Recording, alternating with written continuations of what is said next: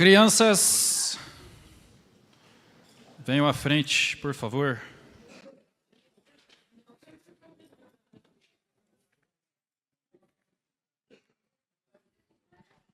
Legal. É legal ver elas. Daqui não dá para ver todas as crianças, que elas são baixinhas, né? Aí elas vão surgindo assim, ó, tá legal. Oi, tudo bem com vocês? Quem aqui já ouviu falar ou já leu alguma história de Nárnia, das Crônicas de Nárnia? Todos os livros. Ó, bastante gente, que legal. Então vocês vão conhecer a história do livro O Leão, o Guarda-Roupa e a Feiticeira. Muito bem. Eu vou contar um pouquinho dessa história. Na verdade, eu vou dar um resumo dela. O leão é Deus. Legal. Bom, já... A feiticeira é o diabo. Ó, já estão dando as dicas aqui. Ó, essa história eu li antes de ontem para o Benjamin e para o Levi, uma versão mais básicazinha, né? E nessa história, falando nisso, cadê o Benjamin? Ué. E, e nessa história, 4 irmãos, eles entram num guarda-roupa. É uma história imaginária, tá? Eles entram no guarda-roupa e eles saem pelo outro lado do guarda-roupa num mundo diferente. E esse mundo se chama Nárnia. E eles chegam lá em Nárnia e está tudo nevando. E eles não sabem por quê. E eles vão descobrir que lá em Nárnia tem uma feiticeira malvada. E ela fez com que o inverno fosse eterno. Imagina, sempre ser inverno, sempre nevar. Depois E aí, legal, você sabe bem, tá? Depois você conta mais. E aí, essa feiticeira queria que fosse inverno sempre e que o Natal nunca chegasse. Imagina vocês se sempre estivesse frio e o Natal nunca chegasse. E aí esses 4 irmãos, eles foram conversando com alguns animais ali e uns castores contaram para eles sobre Aslan, o grande rei leão que poderia vir e salvar todos. Então esses irmãos vão em busca de Aslan e eles encontram Aslan. E aí Aslan acaba salvando eles da feiticeira. Ele derrota a feiticeira, eventualmente, e aí acaba o inverno. E chega a primavera, com sol, com flores, com plantas, e toda a neve se derrete. E o interessante é que um daqueles irmãos chamava Edmundo. Edmundo era um cara legal? Não. Ele não acreditava em Deus, ele era um menino muito chato, muito egoísta. Inclusive, ele traiu os seus irmãos. Ele só quer doce. Ele traiu os seus irmãos por causa de um pouquinho de doce. Mas sabe o que Aslan faz? Aslan derrota a feiticeira. Aslan traz a primavera e acaba com o inverno, transforma tudo. E Aslan até transforma o coração de Edmundo. De tal forma que no final da história não tem feiticeira, não tem mais neve, e na verdade aqueles 4 irmãos se tornam reis e rainhas de Nárnia. E eles reinam junto com Aslan ali na Nárnia. E Edmundo, que antes era egoísta, chato, que ninguém confiava nele, sabe qual é o nome dele agora? Edmundo o Justo. E ele se torna um rei muito bom, muito justo, que ama as pessoas e ama fazer o correto. Quem falou aqui que Aslan é Deus? Você estava certo. Nessa história, Aslan representa Deus. E Deus pode fazer a mesma coisa. E, na verdade, a gente vai ler um pouquinho hoje, e Cristo faz isso para nós. Ele transforma a nossa realidade e, inclusive, pode transformar o nosso coração para que não sejamos mais egoístas, chatos e façamos coisas ruins, mas agora que amemos a Deus e sejamos reis e rainhas no futuro com Ele. Tá bom? Podem se assentar.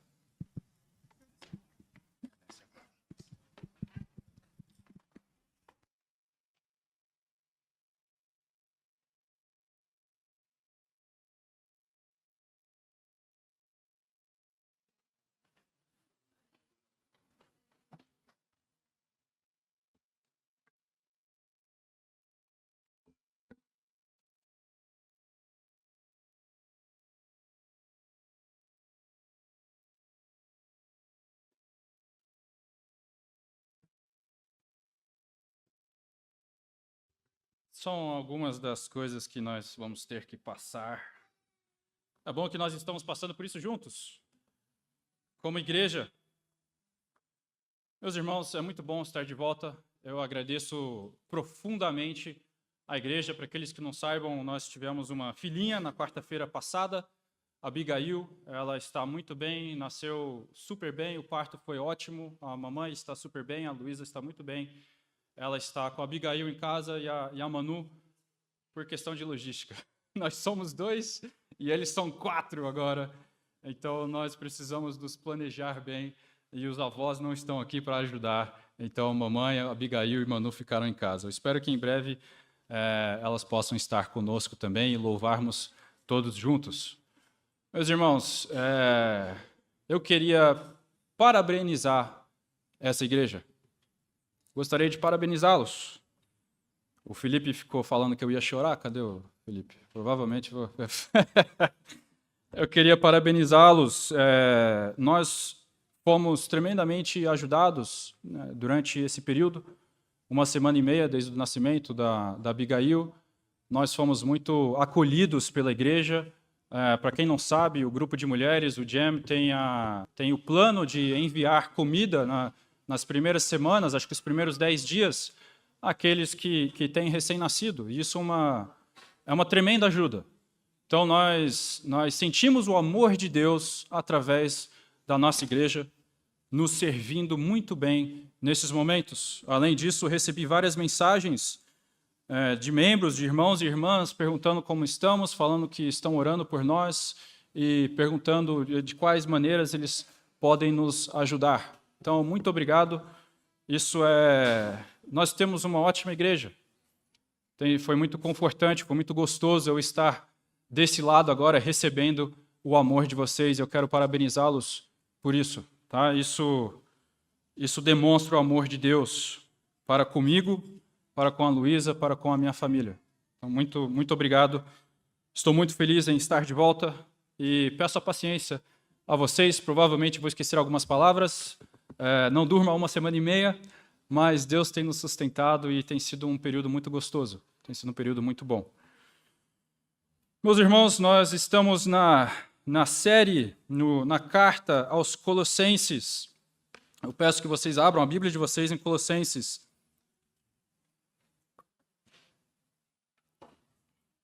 Um dos males de se ter alguns pastores pregando uma série é que todos vão querer dar uma introdução ou uma contextualização da carta do livro, né? Então, nós já tivemos 2 sermões na carta aos Colossenses. Eu vou apenas falar sobre um aspecto do contexto, não vou me prolongar muito nisso. Vocês já tiveram uma ótima exposição dos primeiros 2 versículos, depois dos versículos 3 a 14, do pastor Danilo e do pastor Valdeci. Inclusive, queria informá-los que o pastor Danilo participou de um dos comentários dessa carta. Né? Danilo é o pupilo do Greg Bill, e então ele participou de um dos comentários dessa carta, e ele tem auxiliado a mim e ao pastor Valdeci na compreensão, no entendimento e na pregação nos sermões dessa carta. Isso tem sido muito gostoso, tem sido muito bom para nós termos alguém com esse conhecimento aí. Então, vocês são privilegiados nesse quesito. Bom, enfim, Colossenses. Estamos na série de Colossenses e eu gostaria de falar apenas sobre o objetivo da carta. Nós já vimos que Paulo foi quem escreveu, nós já vimos, provavelmente estava preso. Eu gostaria de falar um pouco sobre o objetivo, e o objetivo pela qual Paulo escreve essa carta é para encorajar através da instrução. Encorajar através da instrução.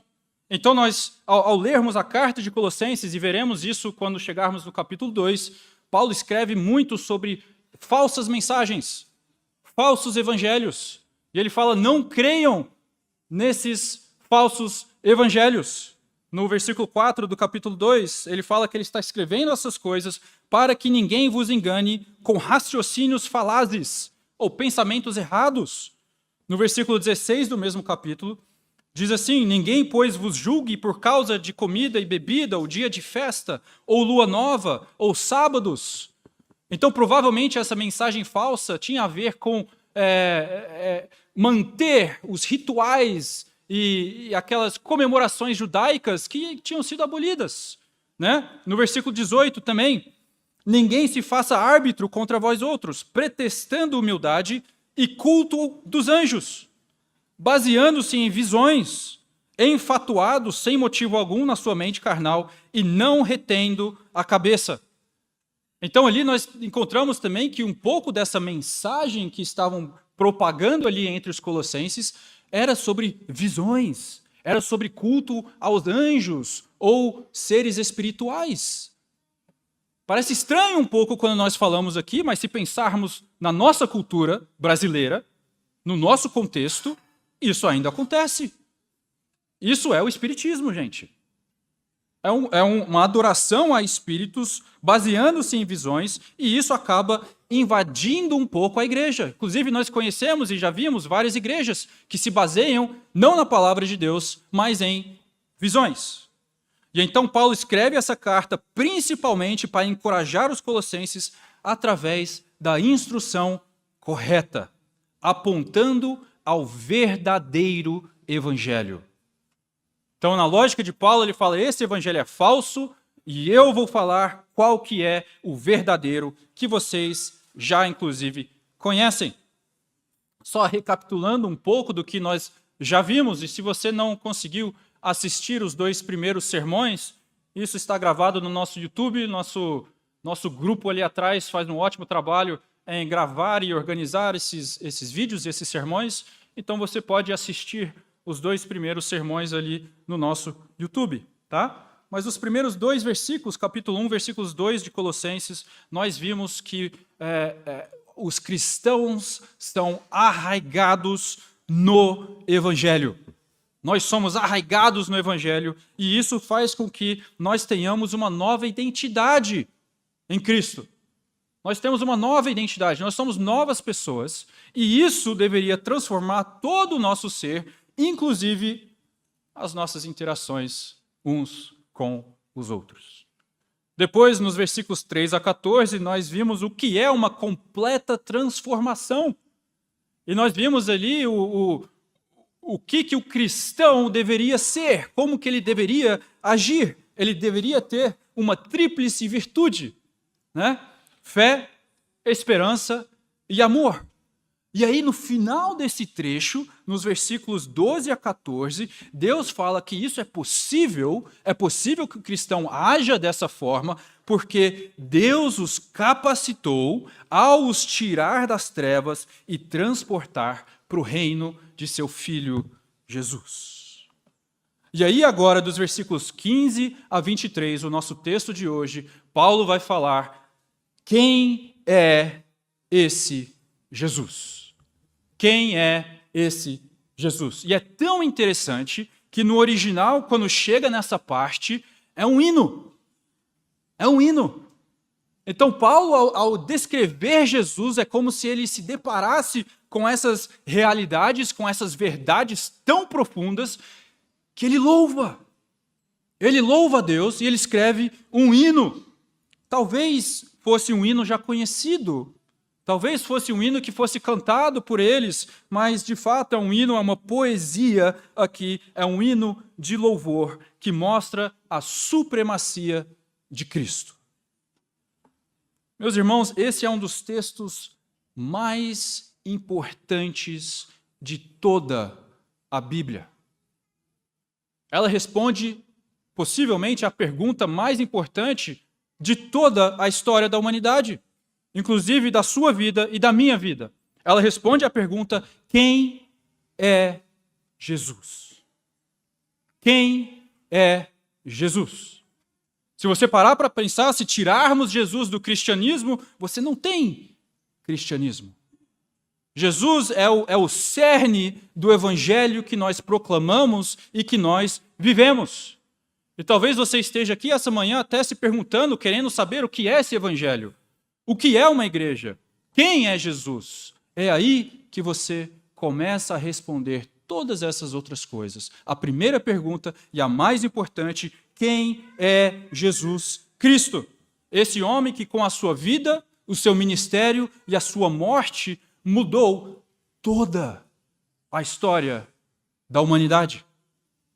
Nós sabemos, e não é refutado em lugar nenhum, que de fato Jesus existiu. Nós temos evidências e provas abundantes. Nenhum estudioso, ninguém duvida da existência de Jesus.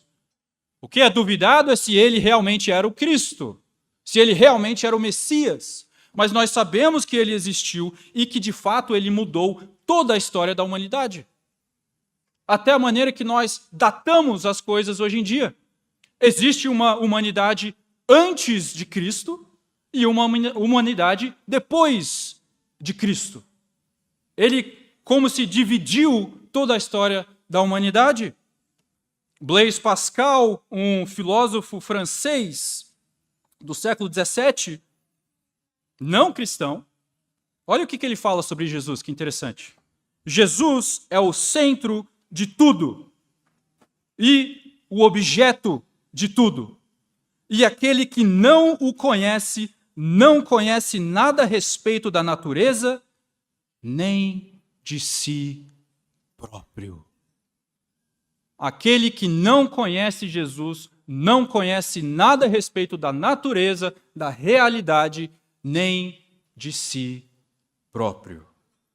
Então, nós vamos ver esse texto agora, dos versículos 15 a 23, e a maneira que Paulo descreve esse Jesus é que ele é supremo.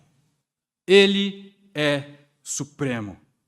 Vamos então ao versículo 15 do capítulo 1 de Colossenses. Diz assim a palavra de Deus: Este é a imagem do Deus invisível, o primogênito de toda a criação. Pois nele foram criadas todas as coisas, nos céus e sobre a terra, as visíveis e as invisíveis. Sejam tronos, sejam soberanias, quer principados, quer potestades. Tudo foi criado por meio dele e para ele. Ele é antes de todas as coisas. Nele tudo subsiste. Ele é a cabeça do corpo, da igreja. Ele é o princípio, o primogênito de entre os mortos, para que em todas as coisas ter a primazia. Porque aprouve a Deus que nele residisse toda a plenitude, e que, havendo feito a paz pelo sangue da sua cruz, por meio dele, reconciliasse consigo mesmo todas as coisas, quer sobre a terra, quer nos céus. E a vós outros também, que outrora éreis estranhos e inimigos no entendimento pelas vossas obras malignas, agora, porém, vos reconciliou no corpo da sua carne, mediante a sua morte, para apresentar-vos perante ele santos, inculpáveis e irrepreensíveis. Se é que permaneceis na fé, alicerçados e firmes, não vos deixando afastar da esperança do evangelho que ouvistes e que foi pregado a toda criatura debaixo do céu e da qual eu, Paulo, me tornei ministro. Vamos orar?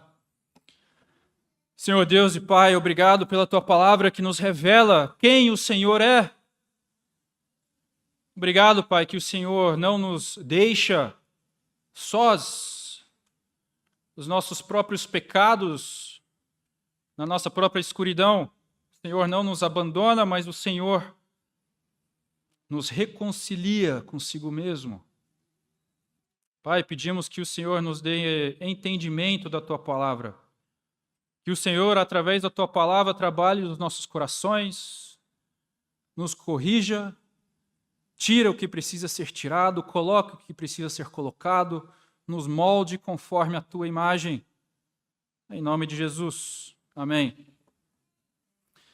Então, Paulo, agora, a responder à pergunta quem é Jesus, ele responde da seguinte forma, dizendo que Jesus é supremo. E aí ele vai falar que Jesus é supremo em sua identidade, Jesus é supremo na criação, Jesus é supremo na redenção e Jesus é supremo na vida dos colossenses. Hoje eu não tenho um sermão presbiteriano para vocês, tive que extrapolar um pouco e teremos 4 pontos. Me perdoem, eu vi algumas pessoas. 4 pontos. mas Jesus é supremo. Nós vemos isso no primeiro versículo. Olha só o versículo 15. Como é costumeiro com Paulo, ao lermos esse versículo, em um versículo ele enche tanta teologia e tanto conhecimento. Eu estava falando com meu irmão rapidamente antes, ao lermos Efésios na abertura da EBD. Dá para fazer um sermão sobre cada versículo, de tão profundo que é. E o versículo 15 não é diferente. Este é a imagem do Deus invisível, o primogênito de toda a criação.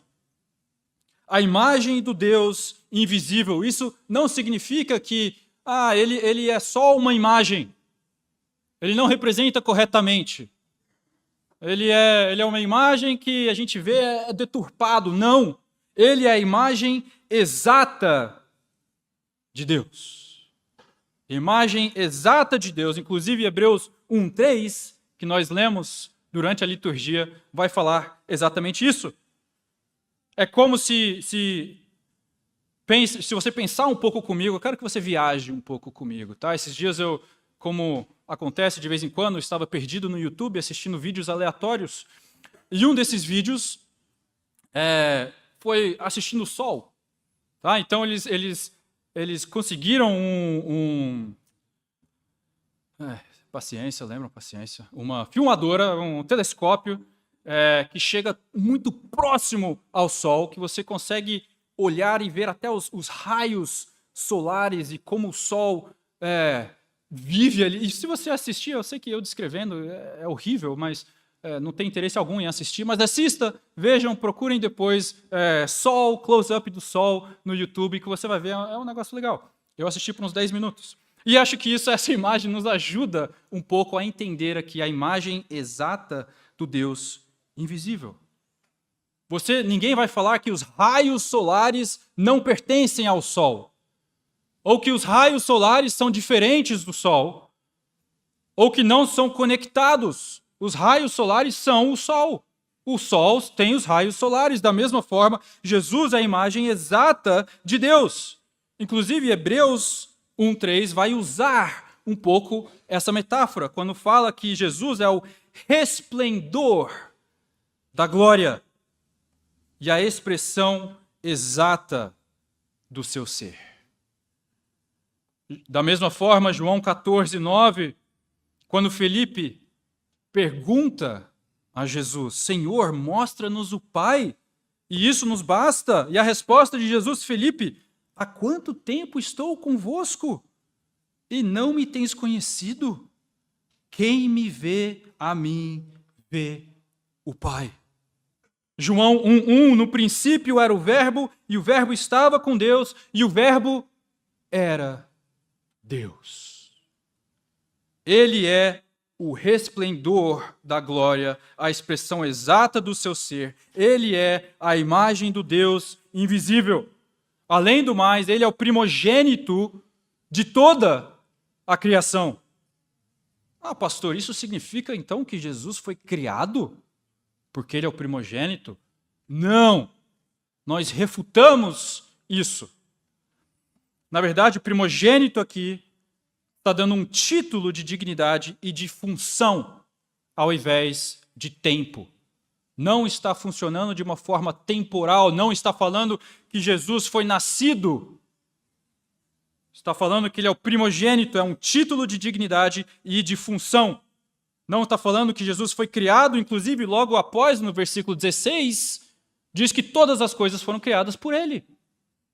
Então é impossível que ele seja criado, mas que ele deve ser enaltecido como quem possui a posição de primogênito e que a bênção da primogenitura é dele. E isso é comum.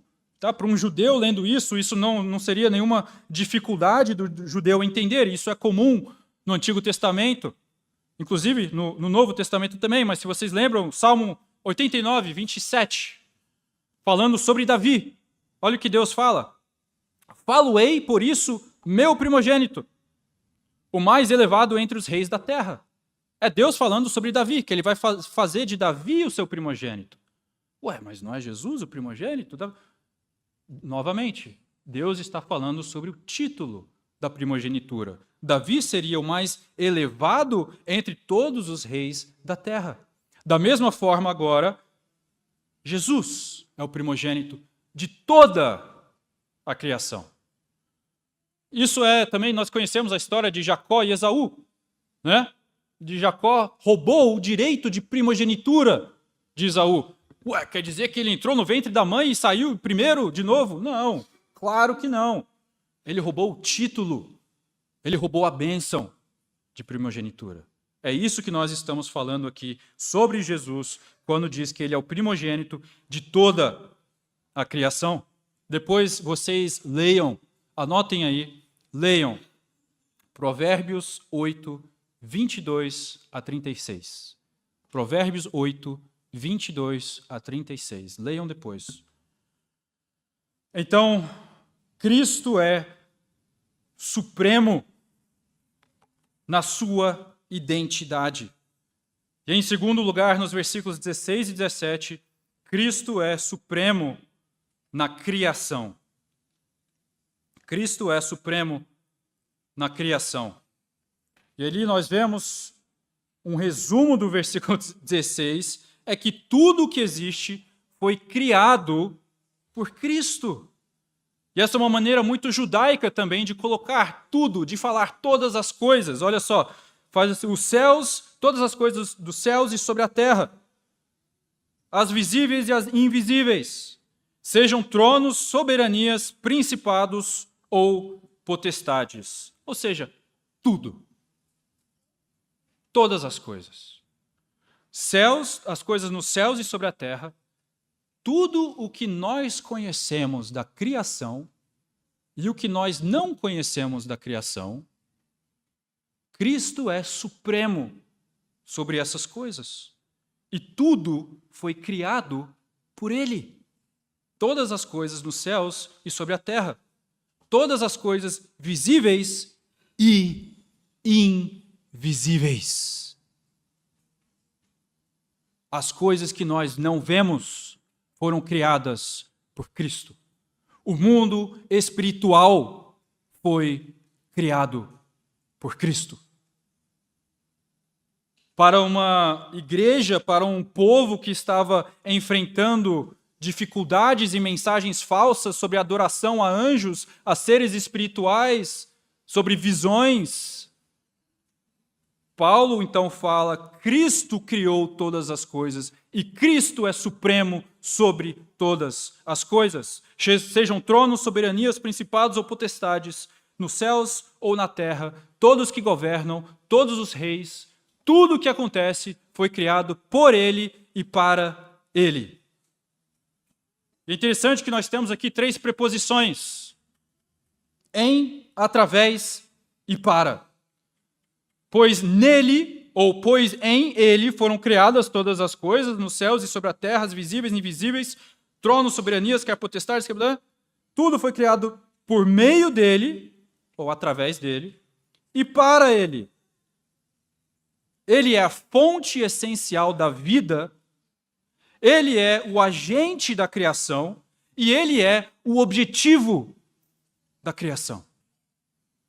Ele é a fonte essencial da vida, ele é o agente da criação e ele é o objetivo da criação. E, meus irmãos, ele é a fonte essencial da sua vida, ele é o agente da sua vida e ele é o objetivo da sua vida e da minha.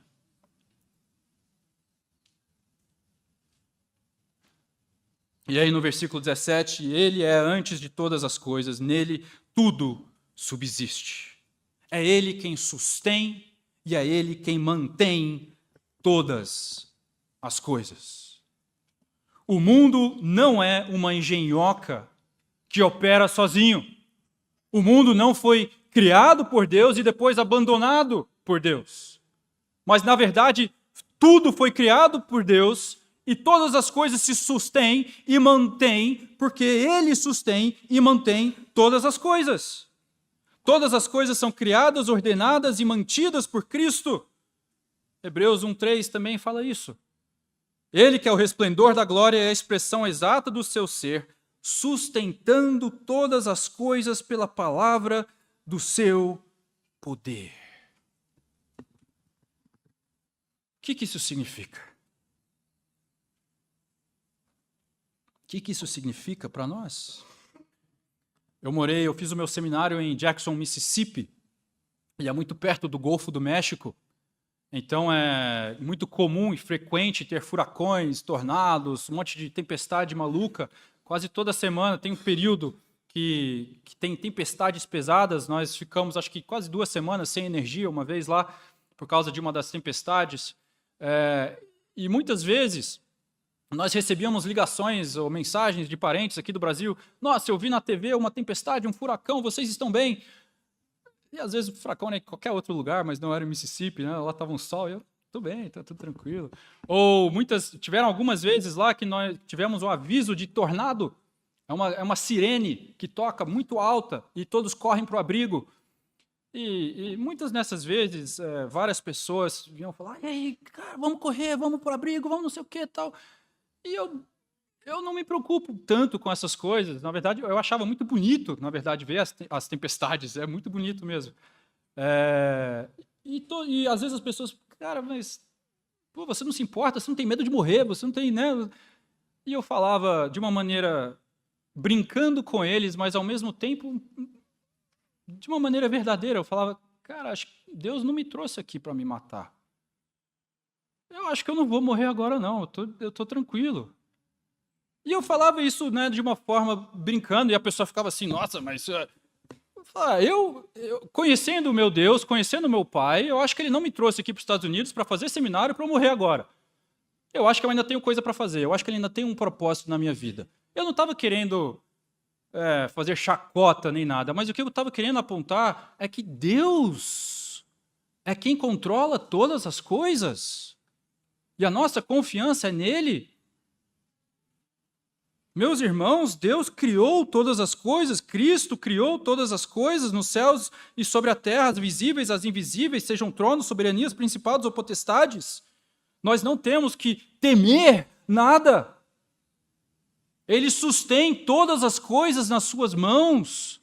Nada vai acontecer contigo se não for a vontade de Deus. Nós não temos que temer o mundo natural. Nós não temos que temer o mundo sobrenatural. Já pensaram nisso? Inclusive, nós não temos que ficar, uau, animados e vislumbrados com visões, com o mundo sobrenatural, porque tudo isso foi criado por Cristo. E Ele é acima disso. Por que nós vamos adorar ou ficar impressionados com criatura? Essa é a lógica de Paulo aqui. E não com o Criador. E nós não temos que temer nada na nossa vida pessoal. Ele é a fonte essencial que nos dá vida. Ele é o nosso Criador. E Ele é o objetivo da nossa existência. Então, Ele é supremo na sua identidade, Ele é supremo na criação e Ele é supremo na redenção. Versículos 18 a 20. Ele é supremo na redenção. Ele é a cabeça do corpo da igreja. E é interessante que, ao começar a falar sobre redenção aqui nesse trecho, Paulo menciona em primeiro lugar a igreja. Olha só. Ele é a cabeça do corpo da igreja, ele é o princípio, o primogênito de entre os mortos, para que em todas as coisas tenha primazia. Porque aprouve a Deus que nele residisse toda a plenitude, e que, havendo feito a paz pelo sangue da sua cruz, por meio dele, reconciliasse consigo mesmo todas as coisas. Então, quando Paulo começa a falar sobre reconciliação, a primeira coisa que ele menciona é a igreja. Como reconciliados. Como transformados, como prova do que Cristo já fez. Além do mais, como o meio pela qual virá redenção. Tiago 1,18 diz, pois segundo o seu querer, ele nos gerou pela palavra da verdade, para que fôssemos como que primícias das suas criaturas. E a gente vai ver um pouco mais para frente o que significa isso. Mas ele é o cabeça do corpo, ele é a cabeça da igreja, é aquele que gera e sustém a vida e, ao mesmo tempo, que cria uma união entre os seus membros. A cabeça é responsável por determinar o caminho a seguir, é responsável pela proclamação, é responsável pelo crescimento. E a igreja se submete, em último lugar, a Cristo. É por isso que nós já falamos algumas vezes, é por isso que quando nós recebemos membros aqui na frente, nós falamos, você se submete à liderança nessa igreja enquanto nós nos mantermos fiéis e submissos às Sagradas Escrituras. Se nós não nos mantermos fiéis e submissos às Escrituras, nós não queremos que vocês nos obedeçam, porque vocês respondem a Cristo como o cabeça da igreja. Além do mais, nós vemos nesses versículos, especialmente no versículo 19 e 20, havendo feito a paz pelo sangue da sua cruz, por meio dele reconciliar-se consigo mesmo todas as coisas. É Deus, é Cristo quem toma a iniciativa. É Ele quem toma a iniciativa, não somos nós. O mundo está morto e acabado em suas transgressões. Efésios 2 diz isso, vários textos da Bíblia dizem isso. Nós estávamos mortos em nossos delitos e nossos pecados, incapazes de nos aproximarmos de Deus de qualquer forma. E nossa maior necessidade agora, vendo aqui, é reconciliação com Deus. E isso vem por meio de Jesus, o Cristo. É Ele quem toma a iniciativa. Nós amamos porque Ele nos amou primeiro, quando ainda éramos pecadores, Romanos 5,10. E a reconciliação foi realizada por Cristo no Calvário. Ela foi realizada por Cristo no Calvário. E ela é nossa para aceitar, não realizar. Entendam isso. A reconciliação foi realizada por Cristo no Calvário e ela é nossa para aceitar apenas, não realizar. Ela já foi realizada. Quantas igrejas, quantas pessoas já se perderam por não ter Cristo como o cabeça da igreja? Por não ter Cristo como cabeça de suas vidas? Inclusive, no capítulo 2, no versículo 19 aqui, Paulo adverte contra esses falsos mestres que abandonaram o cabeça. Não se perca, não abandone o cabeça. Ele é supremo na redenção, ele é supremo na vida dos colossenses, versículos 21 a 23. A imagem exata de Deus e o primogênito sobre toda a criação, o Criador é aquele que sustém toda a criação, aquele que reconciliou todas as coisas, Ele te ama. É tão interessante como Paulo começa falando sobre a identidade de Cristo, fala que ele é a imagem exata de Deus, depois ele afunila um pouco, falando que ele é supremo sobre a criação, depois ele afunila um pouco mais, falando que ele é supremo sobre a redenção, depois ele afunila mais ainda e chega no individual, no pessoal dos colossenses e fala, ele ama esse Cristo. Ele reconciliou vocês a Deus e ele também vai transformá-los. Versículos 21 e 22, olha só. E a vós outros também, que outrora éreis estranhos, eram inimigos, no entendimento pelas vossas obras malignas. Olha só que interessante. Agora, porém, vos reconciliou no corpo da sua carne, mediante a sua morte, para apresentar-vos perante ele santos, inculpáveis e irrepreensíveis.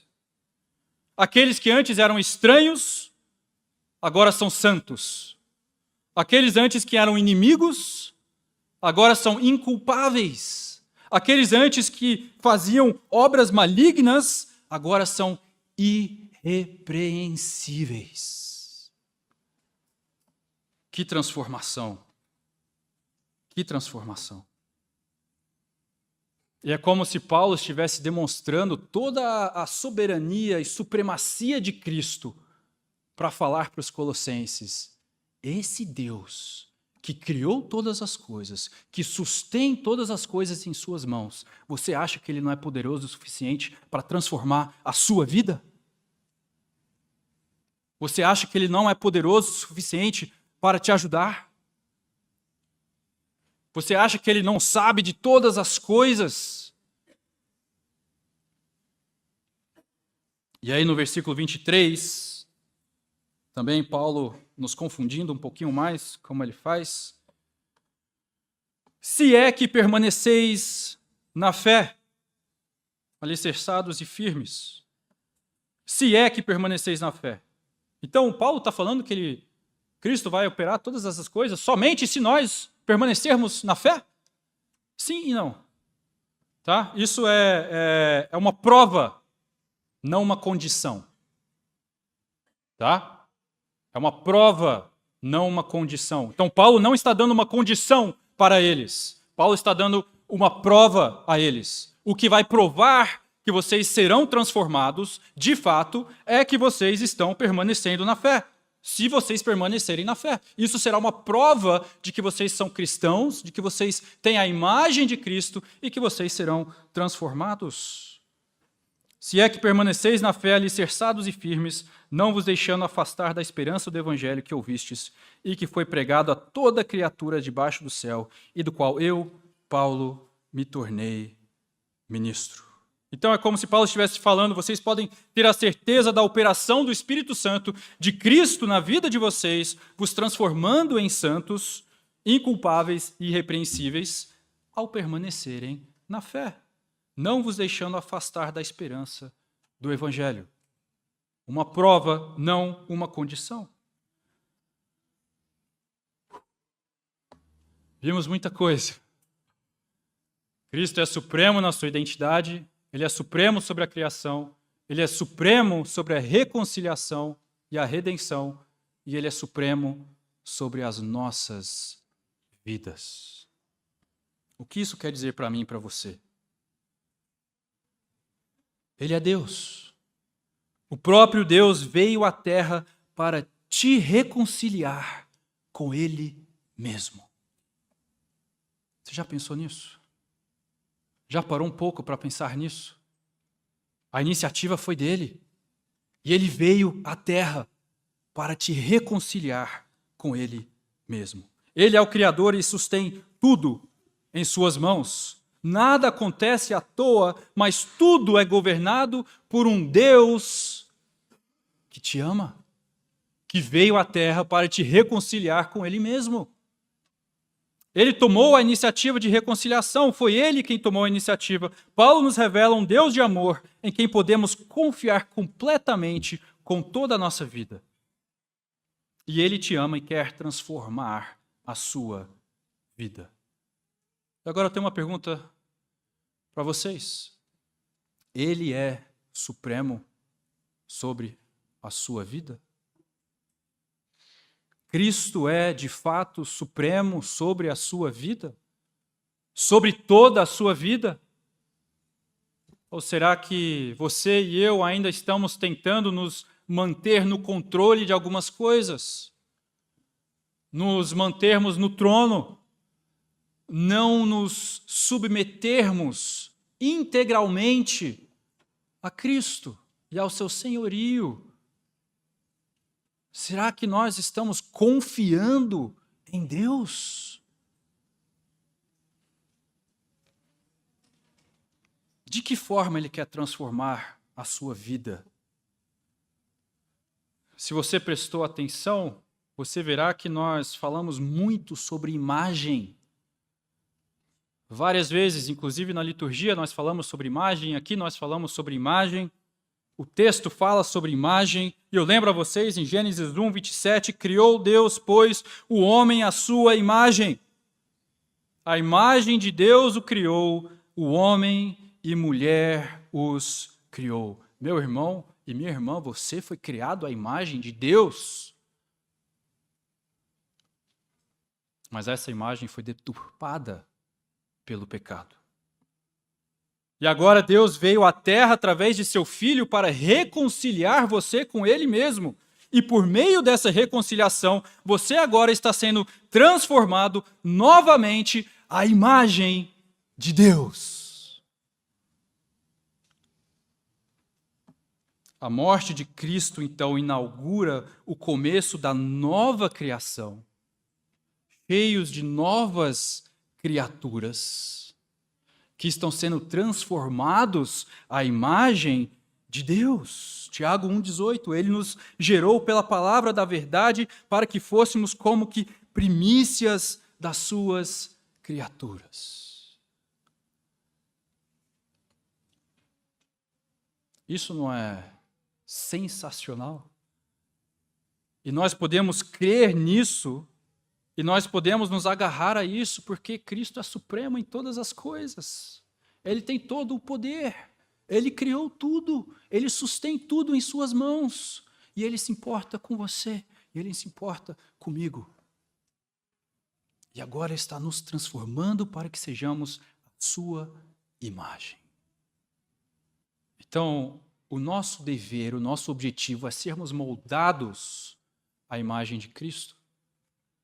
E a sermos pequenos cristos, isso é o que cristão significa, a sermos pequenos cristos no mundo afora, demonstrando e mostrando a todos aqueles à nossa volta o que é uma criatura transformada e que está sendo transformada. Vamos orar?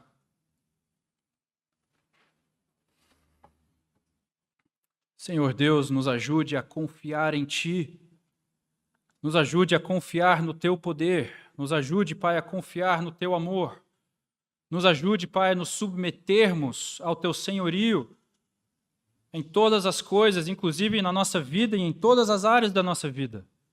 Nos ajude, Pai, a confiarmos que o Senhor é um Deus bom, que nos ama, que quer coisas boas para nós. O Senhor quer nos fazer novas criaturas e restaurar a nossa imagem. Nos ajude, Pai, a engajarmos o Espírito Santo na nossa santificação, através da palavra de Deus, através da oração, através da participação nos sacramentos.